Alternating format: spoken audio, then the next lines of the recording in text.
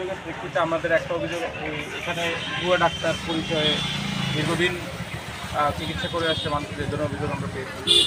এছাড়াও রিসেন্ট আরেকটা অভিযোগ পেয়েছি, যেটা ফৌজদারি অপরাধ।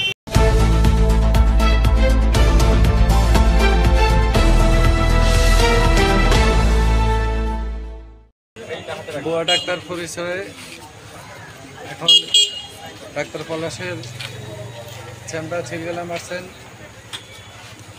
ষাটকিল উপজেলা সহকারী পুলিশ কমিশনার এক্সিকিউটিভ ম্যাজিস্ট্রেট সহকারী কমিশনার আজিজ ওসমান।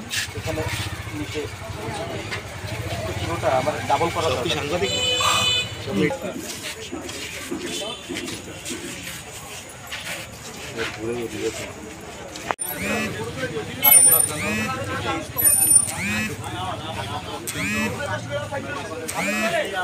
অভিযোগের প্রেক্ষিতে আমাদের একটা অভিযোগ, এখানে ভুয়া ডাক্তার পরিচয়ে দীর্ঘদিন চিকিৎসা করে আসছে মানুষদের জন্য অভিযোগ আমরা পেয়েছি।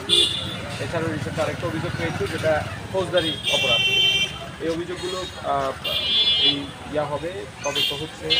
ইতিমধ্যে আপনারা জানেন যে এটা মামলা দায়েরের প্রক্রিয়া চলছে। তো আমরা এই অভিযোগের প্রেক্ষিতে উপজেলা প্রশাসনের পক্ষ থেকে এই যে ফার্মেসি সেটি বন্ধ করে রাখছি, সিলগালা করে দিয়েছি। পরবর্তী নির্দেশ না দেওয়া পর্যন্ত এটা কার্যক্রম বন্ধ থাকবে। ঠিক আছে।